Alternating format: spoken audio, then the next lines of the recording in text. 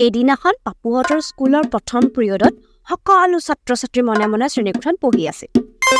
শিক্ষক শৰ্মা ছাৰ ক্লাছত আহি ছাত্ৰ-ছাত্ৰীসকলক মনে মনে থকা দেখি ভাল পালে। ছাত্ৰ-ছাত্ৰীসকলৰ ৰেজিষ্টাৰ বহীত উপস্থিতি ল'ব ধৰিলে।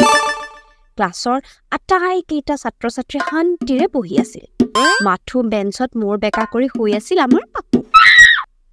শৰ্মা ছাৰে এজন এজনকৈ সকলো ছাত্ৰ-ছাত্ৰীৰ নাম মাতি গৈ আছিল।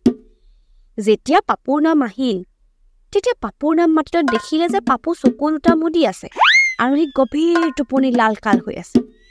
শৰ্মা ছাৰে জোৰে মাতিলে, পাপু কি কৰি আছ? পাপু চক খাই সাৰ পাই থিয় হ'ল। শৰ্মা ছাৰে তেওঁৰ ফালে চকু ফুৰাই খঙেৰে সুধিলে, কি কৰিব স্কুললৈ আহ হা? পাপুৱে লগে লগে উত্তৰ দিলে, ছাৰ মই স্কুল বিদ্যাৰ কাৰণে আহোঁ।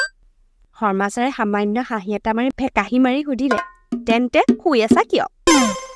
পাপুৱে অলপ লাজ ভাৱেৰে আৰু অলপ বেছিকৈ হাঁহি উত্তৰ দিলে, ছাৰ আজি বিদ্যা অহা নাই, এইবাবেহে মই শুই আছোঁ।